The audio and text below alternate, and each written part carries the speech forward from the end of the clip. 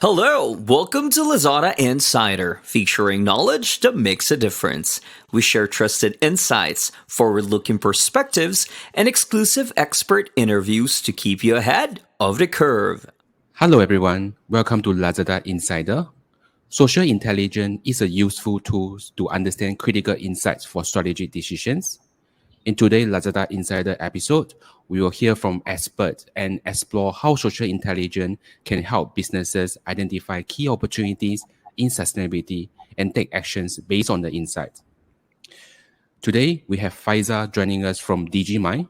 He is a seasoned research manager with more than 7 years of experience in social media intelligence, analytics, and research. Before Digimind, he led the social media team in SCDF and transformed the digital communication strategy before joining an independent research startup to build a team of social researchers and fact checkers. Currently, he leads the Digimind Insights Lab in Asia Pacific, helping companies turn data into actionable insights to meet their business objective. We are patients for social marketing. His expertise lie in social strategy and how to gather and apply social data on deliverables ranging from brand awareness, campaigns performance to consumers' insights and customer journeys. Welcome to Lazada Insider, Faizal. Hi, Chen. First of all, could you please introduce yourself and tell us a bit more on what you do at Digimind? Yes, sure. My name is Faizal. I'm the Insights Manager for Digimind. I've been here since November last year after a fruitful career in social media as well as research. Digimind is a software as a service company, otherwise known as a SaaS company, and we provide social listening services to brands, agencies, and organizations. Our clientele includes those from the private and the commercial sector, as well as government and NGOs. That is interesting. So could you help me to understand a bit more on what is the connection between your company Digiminds and sustainability? Okay, so I mentioned earlier that we provide social listening as a service. So we work with about 5 NGOs in the Asia Pacific region. And some of these NGOs, they look into environmental issues and sustainability.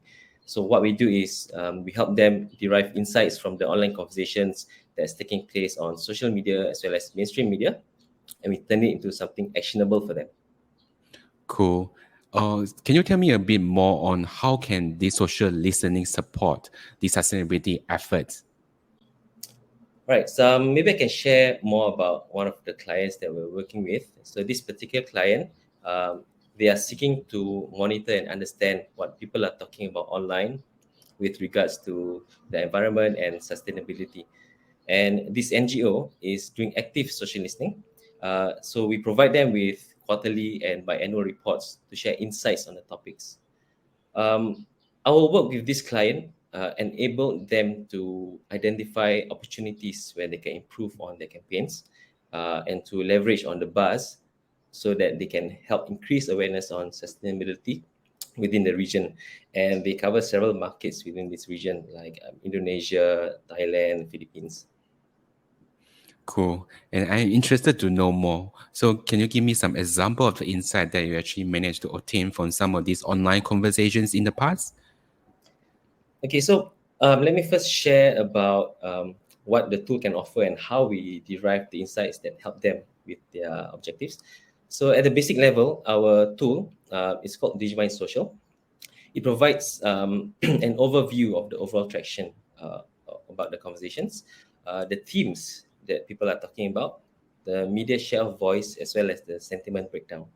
And this is presented in dashboards, and it offers the client a quick understanding of the who, what, where, when, and how at one quick glance. One key advantage that our platform brings is that the data comes from a variety of sources, diverse sources.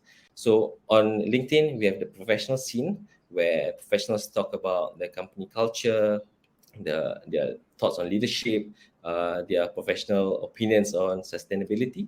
And on TikTok, that's where more Gen Zs are on, and they share their honest and candid opinions and reactions to to environmental issues and climate change issues. I can actually share an interesting story based on the work we've done with this NGO. Based on our social listening, we understood that in Indonesia, there were conversations about people getting more and more concerned about the rising prices of cooking oil. So, with our understanding of the conversation and our knowledge of the client's campaigns and initiatives, we managed to propose a recommendation for them to engage influencers and micro influencers to produce content to promote alternative cooking methods that didn't require the use of cooking oil. That's interesting. Based on your understanding from social listening, so what is the level of sustainability awareness in Southeast Asia, and how do people perceive this topic? Okay, so on the Digimind social platform, we have this additional function called the historical search. Historical search allows us to look at data as far back as 2 years to see what people have been talking about based on the keywords that we key in into the system. Over the past 2 years, at a global scale, there has been an observable increase in interest and traction on the search term sustainability. And we can actually see the difference between the year-on-year growth in the number of mentions collected. And when we zoom in into the region, in Indonesia, for example, we can see that the trend line of mentions, the trend line, it coincides with the global mentions. And what is interesting that we can observe is that the peaks happen around the September to November period, and also in April. So if you're not aware, the UN Climate Change Conference, it takes place in November, and the Earth Day falls in April. It's really heartening to see the interest in the COP having an increase in traction when you compare the 2021 mentions and the 2020 mentions. Based on our portfolio of clients, we have about 70 in APAC. Only 7% are NGOs. And out of these 7%, only one client is dedicated to monitoring conversations on sustainability. So I feel that NGOs, brands, agencies, and governments as well, they should be more proactive in monitoring events like the COP and Earth Day to see what people are most concerned about and how it impacts their business and their mission, and how they can strategize to play their part towards sustainability and the environment. Cool. Other than the NGO and the public sectors, so if let's say we zoom into Southeast Asia seller, particularly seller on digital commerce platform, so based on these insights, so what do you think are the key opportunities for them? Okay, if we look back at the trendline graph, it peaks in April, right? And this is where the Earth Day takes place. So what Southeast Asian sellers can do is to leverage on this interest and traction within the April month to communicate their efforts towards sustainability. So they can share more information on how they're playing their part for the environment to the consumers. And also, I'm sure you have your 11/11, 12/12 sales. You can offer an Earth Day sale, offer promotions or sales on related products such as energy efficient electronics, eco-friendly products. These can include reusable straws, solar battery packs, eco-friendly body and beauty products. Last but not least, so can you share a bit more with us? So what step has Digimind taken in this regard? Digimind as an organization, we have made a pledge to preserve the environment through our actions. Internally, we have this environmental policy in place, which communicates our commitment and tracks our goals. And we really hold ourselves responsible for our impact on the environment, and we aim to minimize these impacts. Some examples are we adhere to broad initiatives like conserving water, conserving energy, electricity, and we aim to maximize the use of public transport. As a SaaS company, we rely heavily on servers, on data centers, on the IT infrastructure.